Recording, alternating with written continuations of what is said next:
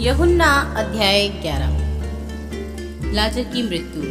मरियम और उसकी बहन मार्था की गांव बैतनिय्याह का लाजर नामक एक मनुष्य बीमार था।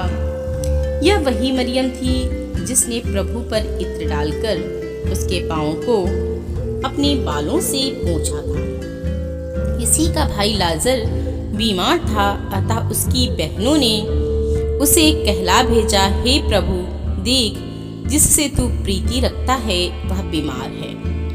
यह सुनकर यीशु ने कहा, यह बीमारी मृत्यु की नहीं परंतु परमेश्वर की महिमा के लिए है, कि उसके द्वारा परमेश्वर के पुत्र की महिमा हो। यीशु मार्था और उसकी बहन और लाजर से प्रेम रखता था। फिर भी जब उसने सुना कि वह बीमार है तो जिस स्थान पर वह था वहां 2 दिन और ठहर गया।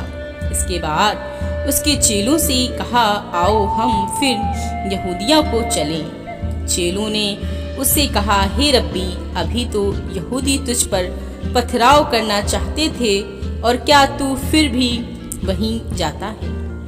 यीशु ने उत्तर दिया, क्या दिन के 12 घंटे नहीं होते?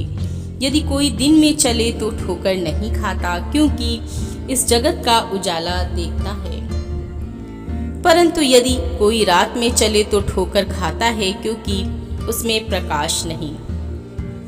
उसने ये बातें कही और इसके बाद उसने कहने लगे, हमारा मित्र लाजर सो गया है, परंतु मैं उसे जगाने जाता हूँ। तब चेलों ने उससे कहा, हे प्रभु, यदि वह सो गया है तो स्वस्थ हो जाएगा।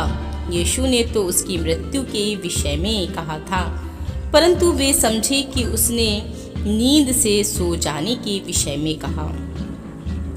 तब यीशु ने उनसे साफ साफ कह दिया, लाजर मर गया है और मैं तुम्हारे कारण आनंदित हूँ कि मैं वहाँ न था, जिससे तुम विश्वास करो। तुम अब आओ, हम उसके पास चलें। तब थोमा ने, जो दिदमुस कहलाता है, अपने साथी चेलों से कहा, आओ हम भी उसके साथ मरने को चलें। वहां पहुंचने पर यीशु को यह मालूम हुआ कि लाजर को कब्र में रखे 4 दिन हो चुके हैं। बैतनिय्याह यरूशलेम के समीप कोई 2 मील की दूरी पर था। बहुत से यहूदी मार्था और मरियम के पास उसके भाई की मृत्यु पर शांति देने के लिए आए थे। जब मार्था ने यीशु के आने का समाचार सुना तो उससे भेंट करने को गई, परंतु मरियम घर में बैठी रही। मार्था ने यीशु से कहा, हे प्रभु, यदि तू यहाँ होता तो मेरा भाई कदापि ना मरता। और अब भी मैं जानती हूँ कि जो कुछ तू परमेश्वर से मांगेगा परमेश्वर तुझे देगा। यीशु ने उससे कहा, तेरा भाई फिर जी उठेगा। मार्था ने उससे कहा, मैं जानती हूँ कि अंतिम दिन में पुनरुत्थान के समय वह जी उठेगा। यीशु ने उससे कहा, पुनरुत्थान और जीवन मैं ही हूँ। जो कोई मुझ पर विश्वास करता है वह यदि मर भी जाए तो भी जिएगा, और जो कोई जीवित है और मुझ पर विश्वास करता है वह अनंत काल तक ना मरेगा। क्या तू इस बात पर विश्वास करती है? उसने उससे कहा, हाँ हे प्रभु, मैं विश्वास करती हूँ कि परमेश्वर का पुत्र मसीह जो जगत में आने वाला था वह तू ही है। यह कहकर वह चली गई और अपनी बहन मरियम को बुलाकर चुपके से कहा, गुरु यहीं है और तुझे बुलाता है। यह सुनते ही वह तुरंत उठकर उसके पास आई। यीशु अभी गांव में नहीं पहुंचा था, परंतु उस स्थान में था जहां मार्था ने उससे भेंट की थी। तब जो यहूदी उसके साथ घर में थे और उसे शांति दे रहे थे, यह देखकर कि मरियम तुरंत उठ के बाहर गई है, यह समझे कि वह कब्र पर रोने को जाती है, तो उसके पीछे हो लिए। तब मरियम वहां पहुंची जहां यीशु था, तो उसे देखते ही उसके पांव पर गिर पड़ी और कहा, हे प्रभु, यदि तू यहाँ होता तो मेरा भाई ना मरता। जब यीशु ने उसको और उसके उन यहूदियों को जो उसके साथ आए थे रोते हुए देखा तो आत्मा में बहुत ही उदास और व्याकुल हुआ और कहा, तुमने उसे कहाँ रखा है? उन्होंने उससे कहा, हे प्रभु, चलकर देख ले। यीशु रोया। तब यहूदी कहने लगे, देखो, वह उससे कितना प्रेम रखता था। परंतु उनमें से कुछ ने कहा, क्या यह जिसने अंधे की आंखें खोली यह भी ना कर सका कि मनुष्य ना मरता? यीशु मन में फिर बहुत ही उदास होकर कब्र पर आया। वह एक गुफा थी और एक पत्थर उस पर रखा था। यीशु ने कहा, पत्थर हटाओ। उस मरे हुए की बहन मार्था उससे कहने लगी, हे प्रभु, उसमें से अब तो दुर्गंध आती है, क्योंकि उसे मरे 4 दिन हो चुके हैं। यीशु ने उससे कहा, क्या मैंने तुझसे नहीं कहा था कि यदि तू विश्वास करेगी तो परमेश्वर की महिमा को देखेगी? तब उन्होंने उस पत्थर को हटाया। यीशु ने आंखें उठाकर कहा, हे पिता, मैं तेरा धन्यवाद करता हूँ कि तूने मेरी सुन ली है। मैं जानता हूँ कि तू सदा मेरी सुनता है, परंतु जो भीड़ आसपास खड़ी है उसके कारण मैंने यह कहा, जिससे कि वे विश्वास करें कि तूने मुझे भेजा है। यह कहकर उसने बड़ी शब्द से पुकारा, हे लाजर, निकल आ। जो मर गया था वह कफन से हाथ पांव बंधे हुए निकल आया और उसका मुंह अंगोछे से लिपटा हुआ था। यीशु ने उनसे कहा, उसे खोल दो और जाने दो। तब जो यहूदी मरियम के पास आए थे और उसका यह काम देखा था, उनमें से बहुतों ने उस पर विश्वास किया, परंतु उनमें से कुछ ने फरीसियों के पास जाकर यीशु के कामों का समाचार दिया। इस पर प्रधान याजकों और फरीसियों ने महासभा बुलाई और कहा, हम करते क्या हैं? यह मनुष्य तो बहुत चिन्ह दिखाता है। यदि हम उसे यूं ही छोड़ दें तो सब उस पर विश्वास ले आएंगे और रोमी आकर हमारी जगह और जाति दोनों पर अधिकार कर लेंगे। तब उनमें से काइफा नामक एक व्यक्ति ने, जो उस वर्ष का महायाजक था, उनसे कहा, तुम कुछ भी नहीं जानते और ना यह समझते हो कि तुम्हारे लिए यह भला है कि हमारे लोगों के लिए एक मनुष्य मरे और सारी जाति नष्ट न हो। यह बात उसने अपनी ओर से ना कही, परंतु उस वर्ष का महायाजक होकर भविष्यवाणी की कि यीशु उस जाति के लिए मरेगा और न केवल उस जाति के लिए वरन इसलिए भी कि परमेश्वर की तितर बितर संतानों को एक कर दे।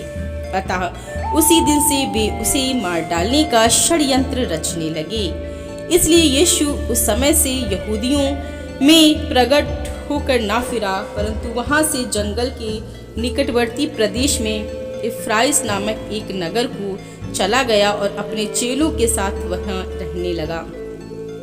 यहूदियों का फसह पर्व निकट था और बहुत से लोग फसह के पहले देहात से यरूशलेम को गए और अपने आप को शुद्ध करें। अतः वे यीशु को ढूंढने लगे और मंदिर में खड़े होकर आपस में कहने लगे, तुम क्या सोचते हो, क्या वह पर्व में नहीं आएगा?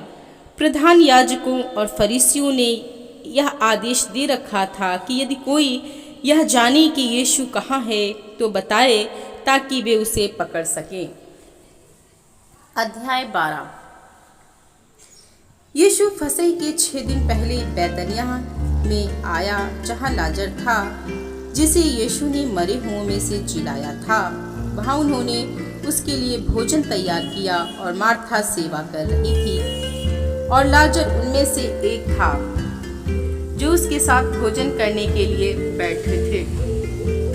तब मरियम ने जटामासी का आधा सेर बहुमिल इत्र लेकर यीशु के पांव पर डाला और अपने बालों से उसके पांव पोंछे और इत्र की सुगंध से घर सुगंधित हो गया।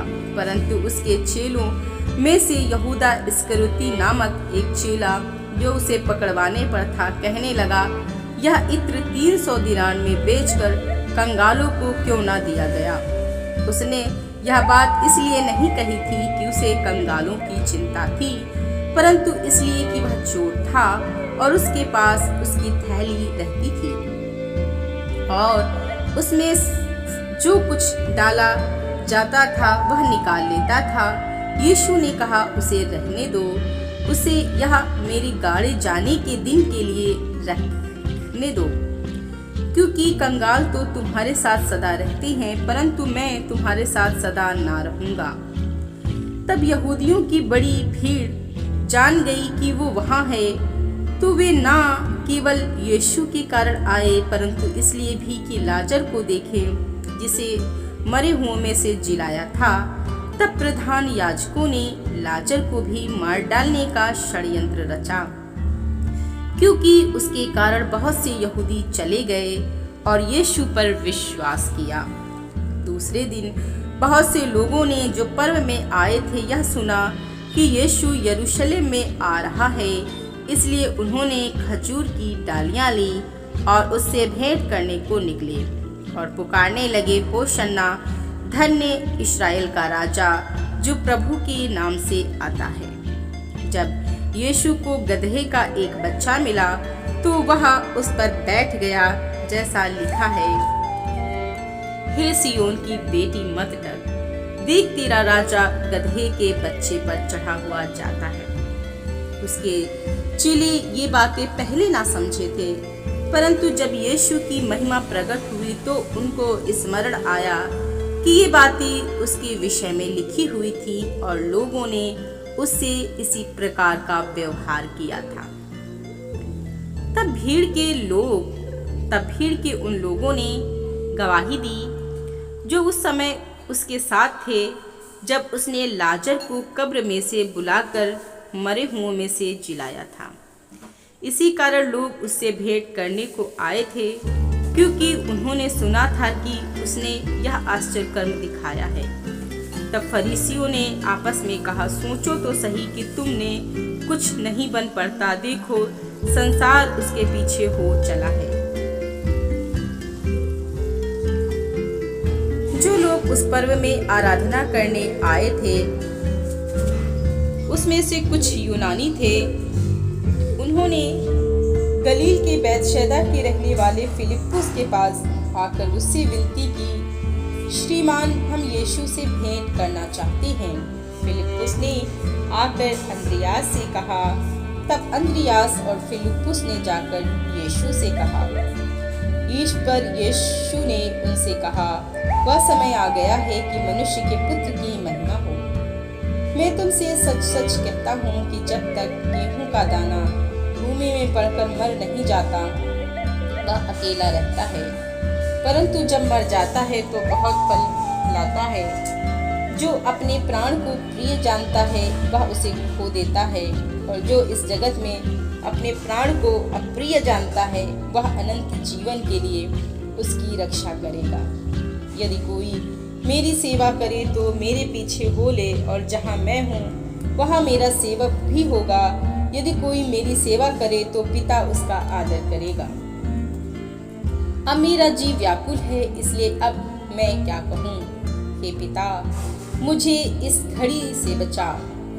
नहीं, क्योंकि मैं इस कारण इस घड़ी को पहुँचा हूँ। हे पिता, अपने नाम की महिमा कर।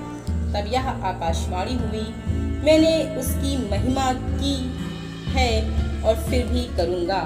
तब जो लोग खड़े हुए सुन रहे थे उन्होंने कहा कि बादल गरजा। दूसरों ने कहा कोई स्वर्गदूत उससे बोला। इस पर यीशु ने कहा, यह शब्द मेरे लिए नहीं परंतु तुम्हारे लिए आया है। अब इस संसार का न्याय होता है। अब इस संसार का सरदार निकाल दिया जाएगा, और मैं यदि पृथ्वी पर से ऊंचे पर चढ़ाया जाऊंगा तो सबको अपने पास खींचूंगा। ऐसा कहकर उसने यह प्रकट कर दिया कि वह कैसी मृत्यु से मरेगा। इस पर लोगों ने उससे कहा, हमने व्यवस्था की यह बात सुनी है कि मसीह सर्वदा रहेगा, और तू क्यों कहता है कि मनुष्य के पुत्र को ऊंचे पर चढ़ाया जाना आवश्यक है? यह मनुष्य का पुत्र कौन है? यीशु ने उनसे कहा, ज्योति अब थोड़ी देर तक तुम्हारे बीच में है। जब तक ज्योति तुम्हारे साथ है तब तक चले चलो। ऐसा ना हो कि अंधकार तुम्हें आ घेरे। जो अंधकार में चलता है वह नहीं जानता कि किधर जाता है। जब तक ज्योति तुम्हारे साथ है, ज्योति पर विश्वास करो ताकि तुम ज्योति की संतान बनो। ये बातें कहकर यीशु चला गया और उनसे छिपा रहा। उसने उनके सामने इतने चिन्ह दिखाए तो भी उन्होंने उस पर विश्वास न किया, ताकि यशायाह भविष्यद्वक्ता का वचन पूरा हो जो उसने कहा, हे प्रभु, हमारे समाचार का किसने विश्वास किया है और प्रभु का भुजबल किस पर प्रकट हुआ है। इस कारण वे विश्वास ना कर सके, क्योंकि यशायाह ने यह भी कहा है, उसने उनकी आंखें अंधी और उनका मन कठोर कर दिया है। कहीं ऐसा ना हो कि वे आंखों से देखें और मन से समझें और फिरें और मैं उन्हें चंगा करूं। यशायाह ने ये बातें इसलिए कही कि उसने उसकी महिमा देखी और उसने उसके विषय में बातें की, तो भी अधिकारियों में से बहुतों ने उस पर विश्वास किया, परंतु फरीसियों के कारण प्रगट में नहीं मानते थे, कहीं ऐसा ना हो कि वे आराधनालय में से निकाले जाएं, क्योंकि मनुष्यों की ओर से प्रशंसा उनको परमेश्वर की ओर से प्रशंसा की अपेक्षा अधिक प्रिय लगती थी। यीशु ने पुकार कर कहा, जो मुझ पर विश्वास करता है वह मुझ पर नहीं वरन मेरे भेजने वाले पर विश्वास करता है, और जो मुझे देखता है वह मेरे भेजने वाले को देखता है। मैं जगत में ज्योति होकर आया हूँ, ताकि जो कोई मुझ पर विश्वास करे वह अंधकार में ना रहे। यदि कोई मेरी बातें सुनकर ना माने तो मैं उसे दोषी नहीं ठहराता, क्योंकि मैं जगत को दोषी ठहराने के लिए नहीं परंतु जगत का उद्धार करने के लिए आया हूँ। जो मुझे तुच्छ जानता है और मेरी बातें ग्रहण नहीं करता, उसको दोषी ठहराने वाला तो एक है, अर्थात जो वचन मैंने कहा है वही पिछले दिन में उसे दोषी ठहराएगा, क्योंकि मैंने अपनी ओर से बातें नहीं की, परंतु पिता जिसने मुझे भेजा है उसी ने मुझे आज्ञा दी है कि क्या क्या कहूँ और क्या क्या बोलूँ।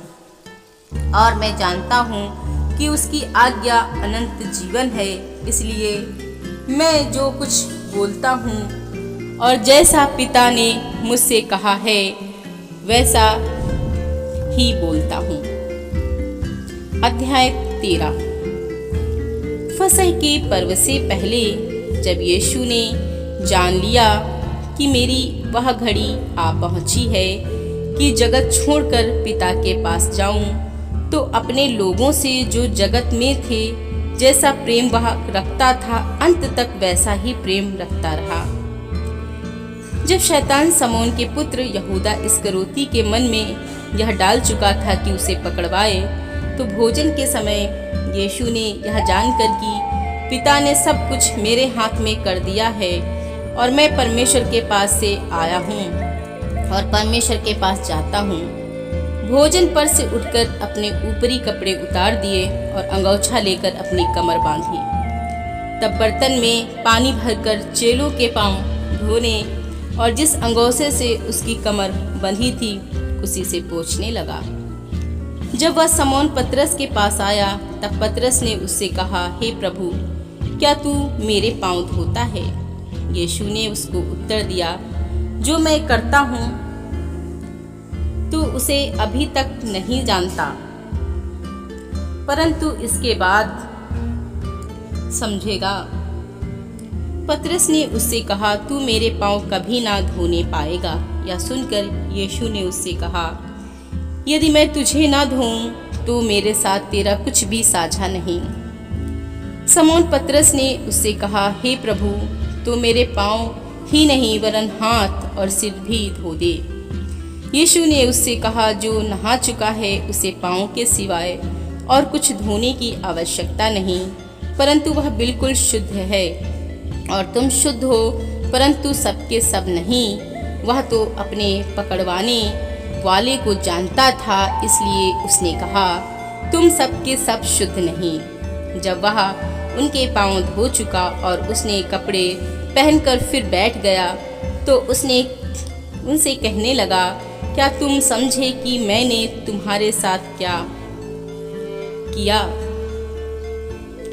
तुम मुझे गुरु और प्रभु कहते हो और ठीक ही कहते हो, क्योंकि मैं हूँ। यदि मैंने प्रभु और गुरु होकर तुम्हारे पांव धोए तो तुम्हें भी एक दूसरे के पांव धोना चाहिए, क्योंकि मैंने तुम्हें नमूना दिखा दिया है कि जैसा मैंने तुम्हारे साथ किया है वैसा तुम भी वैसा ही किया करो। मैं तुमसे सच सच कहता हूँ, दास अपने स्वामी से बड़ा नहीं और ना भेजा हुआ अपने भेजने वाले से। तुम ये बातें जानते हो, यदि इन पर चलो तो धन्य हो। मैं तुम सबके विषय में नहीं कहता, जिन्हें मैंने चुन लिया है उन्हें मैं जानता हूँ, परंतु यह इसलिए है कि पवित्र शास्त्र का यह वचन पूरा हो, जो मेरी रोटी खाता है उसने मुझ पर लात उठाई। अब मैं उनके होने से पहले तुम्हें जताए देता हूँ कि जब यह हो जाए तो तुम विश्वास करो कि मैं वही हूँ। मैं तुमसे सच सच कहता हूँ कि जो मेरे भेजे हुए को ग्रहण करता है वह मुझे ग्रहण करता है, और जो मुझे ग्रहण करता है वह मेरे भेजने वाले को ग्रहण करता है। ये बातें कहकर यीशु आत्मा में व्याकुल हुआ और यह गवाही दी, मैं तुमसे सच सच कहता हूँ कि तुम में से एक मुझे पकड़वाएगा। चेले संदेह से कि वह किसके विषय में कहता है एक दूसरे की ओर देखने लगे। उसके चेलों में से एक, जिससे यीशु प्रेम रखता था, यीशु की छाती की ओर झुका हुआ बैठा था। समौन पतरस ने उसकी ओर संकेत करके पूछा, बता तो वह किसके विषय में कहता है? तब उसने उसी तरह यीशु की छाती की ओर झुके हुए उससे पूछा, हे प्रभु, वह कौन है? यीशु ने उत्तर दिया, जिसे मैं यह रोटी का टुकड़ा डुबा कर दूंगा वही है। और उसने टुकड़ा डुबाकर समौन इस्करियोती के पुत्र यहूदा को दिया। टुकड़ा लेते ही शैतान उसमें समा गया। तब यीशु ने उससे कहा, जो तू करता है तुरंत कर। परंतु बैठने वालों में से किसी ने ना जाना कि उसने यह बात उससे किस लिए कही। यहूदा के पास थैली रहती थी, इसलिए किसी ने समझा कि यीशु उससे कह रहा है कि जो कुछ हमें पर्व के लिए चाहिए वह मोल ले, या यह कि कंगालों को कुछ दे। अतः वह टुकड़ा लेकर तुरंत बाहर चला गया, और यह रात्रि का समय था। जब वह बाहर चला गया तो यीशु ने कहा, अब मनुष्य के पुत्र की महिमा हुई है और परमेश्वर की महिमा उसमें हुई है, तो परमेश्वर भी अपने में उसकी महिमा करेगा और तुरंत करेगा। हे बालकों, मैं और थोड़ी देर तुम्हारे पास हूँ, फिर तुम मुझे ढूंढोगे। और जैसा मैंने यहूदियों से कहा, जहाँ मैं जाता हूँ वहाँ तुम नहीं आ सकते, वैसा ही मैं अब तुमसे भी कहता हूँ। मैं तुम्हें एक नई आज्ञा देता हूँ कि एक दूसरे से प्रेम रखो। जैसा मैंने तुमसे प्रेम रखा है वैसा ही तुम भी एक दूसरे से प्रेम रखो। यदि आपस में प्रेम रखोगे तो इसी से सब जानेंगे कि तुम मेरे चेले हो। समौन पतरस ने उससे कहा, हे प्रभु, तू कहाँ जाता है? यीशु ने उत्तर दिया, जहाँ मैं जाता हूँ वहाँ तू अभी मेरे पीछे आ नहीं सकता, परंतु इसके बाद मेरे पीछे आएगा। पतरस ने उससे कहा, हे प्रभु, अभी मैं तेरे पीछे क्यों नहीं आ सकता? मैं तो तेरे लिए अपना प्राण भी दे दूंगा। यीशु ने उत्तर दिया, क्या तू मेरे लिए अपना प्राण देगा? मैं तुझसे सच सच कहता हूँ कि मुर्ग बांग ना देगा तब तक तू 3 बार मेरा इनकार ना कर लेगा। अध्याय 14। तुम्हारा मन व्याकुल ना हो, परमेश्वर पर विश्वास रखो और मुझ पर भी रखो। मेरे पिता के घर में बहुत से रहने के स्थान हैं, यदि ना होते तो मैं तुमसे कह देता, क्योंकि मैं तुम्हारे लिए जगह तैयार करने के लिए जाता हूँ। यदि मैं जाकर तुम्हारे लिए जगह तैयार करूँ तो फिर आकर तुम्हें अपने यहाँ ले जाऊँगा, और जहाँ मैं रहूँ वहाँ तुम भी रहो। जहाँ मैं जाता हूँ तुम वहाँ का मार्ग जानते हो। थोमा ने उससे कहा, हे प्रभु, हम नहीं जानते कि तू कहाँ जा रहा है, तो मार्ग कैसे जाने? यीशु ने उससे कहा, मार्ग और सत्य और जीवन मैं ही हूँ। बिना मेरे द्वारा कोई पिता के पास नहीं पहुँच सकता। यदि तुमने मुझे जाना होता तो मेरे पिता को भी जानते, और अब उसे जानते हो और उसे देखा भी है। फिलिप्पुस ने उससे कहा, हे प्रभु, पिता को हमें दिखा दे, यही हमारे लिए बहुत है। यीशु ने उससे कहा, हे फिलिप्पुस, मैं इतने दिन से तुम्हारे साथ हूँ और क्या तू मुझे नहीं जानता? जिसने मुझे देखा है उसने पिता को देखा है। तू क्यों कहता है कि पिता को हमें दिखा दे? क्या तू विश्वास नहीं करता कि मैं पिता में हूँ और पिता मुझ में है?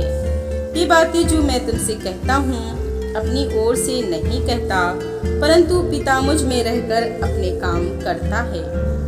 मेरा विश्वास करो कि मैं पिता में हूँ और पिता मुझ में है, नहीं तो कामों ही के कारण मेरा विश्वास करो। मैं तुमसे सच सच कहता हूँ कि जो मुझ पर विश्वास रखते हैं, ये काम जो मैं करता हूँ वह भी करेगा, वरन इनसे भी बड़ी काम करेगा, क्योंकि मैं पिता के पास जाता हूँ। जो कुछ तुम मेरे नाम से मांगोगे वही मैं करूँगा, कि पुत्र के द्वारा पिता की महिमा हो। यदि तुम मुझसे मेरे नाम से कुछ मांगोगे तो मैं उसे करूँगा। यदि तुम मुझसे प्रेम रखते हो तो मेरी आज्ञाओं को मानोगे। मैं पिता से विनती करूँगा और वह तुम्हें एक और सहायक देगा, और वह सर्वदा तुम्हारे साथ रहेगी, अर्थात सत्य का आत्मा, जिसे संसार ग्रहण नहीं कर सकता, क्योंकि वह न उसे देखता है और न उसे जानता है। तुम उसे जानते हो क्योंकि वह तुम्हारे साथ रहता है और वह तुम में होगा। मैं तुम्हें अनाथ नहीं छोड़ूंगा। मैं तुम्हारे पास आता हूँ, और थोड़ी देर रह गई है कि फिर संसार मुझे ना देखेगा, परंतु तुम मुझे देखोगे, इसलिए कि मैं जीवित हूँ, तुम भी जीवित रहोगे। उस दिन तुम जानोगे कि मैं अपने पिता में हूँ और तुम मुझ में और मैं तुम में। जिसके पास मेरी आज्ञाएं हैं और वह मुझे मानता है, वही मुझसे प्रेम रखता है, और जो मुझसे प्रेम रखता है उससे मेरा पिता प्रेम रखेगा, और मैं उससे प्रेम रखूंगा और अपने आप को उस पर प्रकट करूंगा। उस यहूदा ने जो इस्करियोती ना था, उसने कहा, हे प्रभु, क्या हुआ कि तू अपने आप को हम पर प्रकट करना चाहता है और संसार पर नहीं? यीशु ने उसको उत्तर दिया, यदि कोई मुझसे प्रेम रखेगा तो वह मेरे वचन को मानेगा, और मेरा पिता उससे प्रेम रखेगा, और हम उसके पास आएंगे और उसके साथ वास करेंगे। जो मुझसे प्रेम नहीं रखता वह मेरे वचन को नहीं मानता, और जो वचन तुम सुनते हो वह मेरा नहीं वरन पिता का है जिसने मुझे भेजा। ये बातें मैंने तुम्हारे साथ रहते हुए तुमसे कही, परंतु सहायक अर्थात पवित्र आत्मा, जिसे पिता मेरे नाम से भेजेगा, वह तुम्हें सब बातें सिखाएगा, और जो कुछ मैंने तुमसे कहा है वह सब तुम्हें स्मरण कराएगा। मैं तुम्हें शांति दिए जाता हूँ, अपनी शांति तुम्हें देता हूँ। जैसे संसार देता है मैं नहीं देता। तुम्हारा मन व्याकुल ना हो और न डरे। तुमने सुना कि मैंने तुमसे कहा, मैं जाता हूँ और तुम्हारे पास फिर आऊँगा। यदि तुम मुझसे प्रेम रखते तो इस बात से आनंदित होते कि मैं पिता के पास जाता हूँ, क्योंकि पिता मुझसे बड़ा है, और मैंने अब इसके होने से पहले तुमसे कह दिया है कि जब वह हो जाए तो तुम विश्वास करोगे। मैं अब तुम्हारे साथ और बहुत बातें ना करूँगा, क्योंकि संसार का सरदार आता है, मुझ पर उसका कोई अधिकार अधिकार नहीं, परंतु यह इसलिए होता है कि संसार जाने कि मैं पिता से प्रेम रखता हूँ और जैसा पिता ने मुझे आज्ञा दी मैं वैसे ही करता हूँ। उठो, यहाँ से चले। अध्याय 15। सच्ची दाखलता मैं हूँ और मेरा पिता किसान है। जो डाली मुझ में है और नहीं फलती वह उसे काट डालता है, और जो फलती है उसे वह छांटता है ताकि और फले। तुम तो उस वचन के कारण जो मैंने तुमसे कहा है शुद्ध हो। तुम मुझ में बने रहो और मैं तुम में। जैसे डाली यदि दाखलता में बनी ना रहे तो अपने आप से नहीं फल सकती, वैसे ही तुम भी यदि मुझ में बने ना रहो तो नहीं फल सकते। मैं दाखलता हूँ, तुम डालियाँ हो। जो मुझ में बना रहता है और मैं उसमें, वह बहुत फल फलता है, क्योंकि मुझसे अलग होकर तुम कुछ भी नहीं कर सकते। यदि कोई मुझ में बना ना रहे तो वह डाली के समान फेंक दिया जाता है और सूख जाता है, और लोग उन्हें बटोर कर आग में झोंक देते हैं।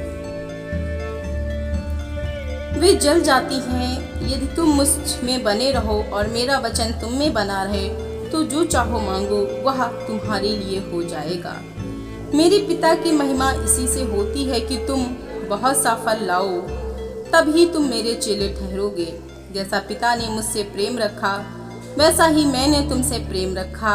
मेरे प्रेम में बने रहो। यदि तुम मेरी आज्ञाओं को मानोगे तो मेरे प्रेम में बने रहोगे, जैसा कि मैंने अपने पिता की आज्ञाओं को माना है और उसके प्रेम में बना रहता हूँ। मैंने ये बातें तुमसे इसलिए कही हैं कि मेरा आनंद तुम में बना रहे और तुम्हारा आनंद पूरा हो जाए। मेरी आज्ञा यह है कि जैसा मैंने तुमसे प्रेम रखा वैसा ही तुम भी एक दूसरे से प्रेम रखो। इससे बड़ा प्रेम किसी का नहीं कि कोई अपने मित्रों के लिए अपना प्राण दे। जो आज्ञा मैं तुम्हें देता हूँ यदि उसे मानो तो तुम मेरे मित्र हो। अब से मैं तुम्हें दास ना कहूँगा, क्योंकि दास नहीं जानता कि उसका स्वामी क्या करता है, परंतु मैंने तुम्हें मित्र कहा है, क्योंकि मैंने जो बातें अपने पिता से सुनी वे सब तुम्हें बता दी। तुमने मुझे नहीं चुना, परंतु मैंने तुम्हें चुना है और तुम्हें नियुक्त किया कि तुम जाकर फल लाओ और तुम्हारा फल बना रहे, और तुम मेरे नाम से जो कुछ पिता से मांगो वह तुम्हें दे। इन बातों की आज्ञा मैं तुम्हें इसलिए देता हूँ कि तुम एक दूसरे से प्रेम रखो। यदि संसार तुमसे बैर रखता है तो तुम जानते हो कि उसने तुमसे पहले मुझसे बैर रखा। यदि तुम संसार के होते तो संसार अपनों से प्रेम रखता, परंतु इस कारण कि तुम संसार के नहीं वरन मैंने तुम्हें संसार में से चुन लिया है, इसलिए संसार तुमसे बैर रखता है। जो बात मैंने तुमसे कही थी, दास अपने स्वामी से बड़ा नहीं होता, उसको याद रखो। यदि उन्होंने मुझे सताया तो तुम्हें भी सताएंगे, यदि उन्होंने मेरी बात मानी तो तुम्हारी भी मानेंगे, परंतु यह सब कुछ वे मेरे नाम के कारण तुम्हारे साथ करेंगे, क्योंकि वे मेरे भेजने वाले को नहीं जानते। यदि मैं ना आता और उनसे बातें ना करता तो वे पापी ना ठहरते, परंतु अब उन्हें उनके पाप के लिए कोई बहाना नहीं। जो मुझसे बैर रखता है वह मेरे पिता से भी बैर रखता है। यदि मैं उनमें वे काम ना करता जो और किसी ने नहीं किए तो वे पापी नहीं ठहरते, परंतु अब तो उन्होंने मुझे और मेरे पिता दोनों को देखा और दोनों से बैर किया। यह इसलिए हुआ कि यह वचन पूरा हो कि जो उनकी व्यवस्था में लिखा है, उन्होंने मुझसे व्यर्थ बैर किया। परंतु जब वह सहायक आएगा जिसे मैं तुम्हारे पास पिता की ओर से भेजूंगा, अर्थात सत्य का आत्मा जो पिता की ओर से निकलता है, तो वह मेरी गवाही देगा और तुम भी मेरे गवाह हो, क्योंकि तुम आरंभ से मेरे साथ रहे हो। प्रभु का धन्यवाद।